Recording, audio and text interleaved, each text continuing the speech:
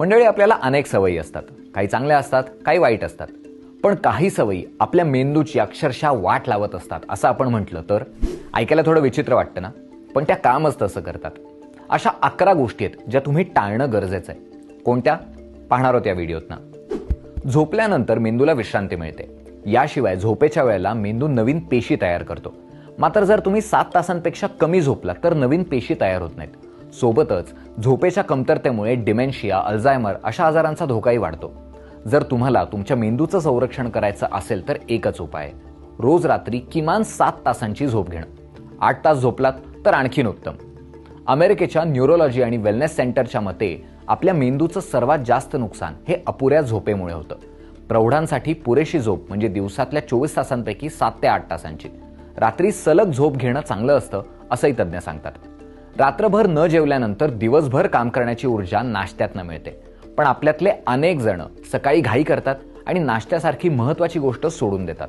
असं केल्यामुळे रक्तातल्या साखरेची पातळी कमी होते, ज्यामुळे मेंदूवर परिणाम होऊ शकतो. आपल्या मेंदूतला 75% भाग हा पाण्याचा आहे. त्यामुळे आपण तहानलेले असलो तर आपला मेंदू नीट काम करत नाही. तज्ज्ञांच्या मते मेंदू निरोगी ठेवण्यासाठी प्रौढ व्यक्तीने दिवसातनं किमान 2 लिटर पाणी प्यायला पाहिजे. खूप काळ तणावामुळे मेंदूच्या पेशी मरतात आणि मेंदूचा पुढचा भाग हा आकुंचन पावतो. त्याचा आपल्या स्मरणशक्तीवर आणि विचारशक्तीवर परिणाम होतो. संशोधक म्हणतात की जे लोक सतत कामात बुडून राहतात, कोणत्याच कामाला नाही म्हणू शकत नाहीत, अशा लोकांना सर्वात जास्त ताण सहन करावा लागतो. पण असं करणं ताबडतोब थांबवा. कोणत्याही प्रकारे अतिरिक्त दबाव घेणं, तणाव घेणं टाळा. तुम्हाला किती फोन नंबर लक्षात राहतात? किती पत्ते, किती संदर्भ तुम्हाला तोंडपाठ आहेत? हातात गुगल असल्यामुळे आपण सध्या गोष्टी लक्षात ठेवण्याचे कष्टच घेत नाही. पटकन सर्च करतो, वापरतो आणि पुढे जातो. यामुळे आपली स्मरणशक्ती आणि विचारशक्ती दिवसागणिक कमकुवत होतीये. मेंदूला तल्लख ठेवायचा असेल तर इंटरनेट सर्चचा वापर कमी करा आणि डोकं जास्त चालवा. मोठमोठ्या आवाजात गाणी ऐकणं किंवा मोठ्या गोंगाटात जास्त वेळ राहिल्यामुळे ऐकण्याची क्षमता कमी होते. श्रवणशक्ती कमी झाली तर त्याचा थेट परिणाम आपल्या मेंदूवर होतो.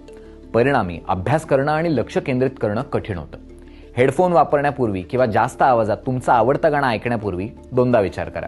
लोकांमध्ये न मिसळणं, लोकांशी बोलणं, गप्पा मारणं हे तुमच्या मेंदूच्या आरोग्यासाठी खूप महत्त्वाचं आहे. एकट्याने जास्त वेळ घालवल्यामुळे तुमच्या मेंदूवर पुरेशी झोप न मिळण्या इतकाच वाईट परिणाम होतो. मित्रमैत्रिणींसोबत आणि घरातल्या लोकांसोबत राहिल्यामुळे आपला मेंदू ताजातवाना राहतो. नकारात्मक विचारांमुळे एकीकडे तणाव, नैराश्य आणि चिंता निर्माण होते. म्हणून नकारात्मक विचार तातडीने थांबवण्याचा प्रयत्न करा. असं वारंवार केल्यास सवय होईल.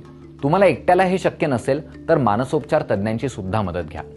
जे लोक तुमची एनर्जी खाली आणतायत त्यांच्यापासून सुद्धा अंतर ठेवण्याचा प्रयत्न करा. जिथे जास्त प्रकाश आणि हवेची हालचाल होत नाही अशा वातावरणामुळे मेंदूवर मोठा दबाव निर्माण होतो. कारण सूर्यप्रकाशाचा संपर्क आपल्या मेंदूसाठी खूप महत्त्वाचा असतो. नाहीतर मग नैराश्यासारख्या समस्या उद्भवू शकतात. तुमचा मेंदू निरोगी ठेवण्यासाठी तुम्ही दररोज उन्हात जायला हवं. त्यासाठी बाहेर जा. तुम्ही घरी असाल तर दरवाजे आणि खिडक्या उघडा आणि सकाळी लवकर उठायचा प्रयत्न करा. कितीही हेल्दी फूड असलं ना तरी जास्त खाण्याची सवय ही मेंदूला हानिकारकच असते. संशोधनांना असं दिसून आलंय की जास्त खाल्ल्यामुळे मेंदूच्या धमन्यांमध्ये अडथळे तयार होतात आणि रक्तप्रवाह कमी होतो. म्हणूनच मध्यम आणि योग्य आहार घेणं हे महत्त्वाचं मानतात.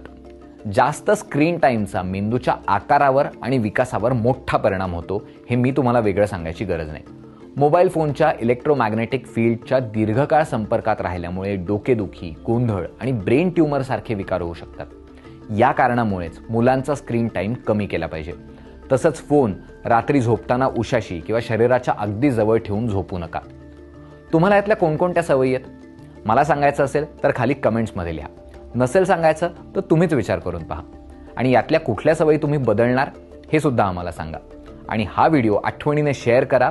ती सवय चांगली आहे. धन्यवाद.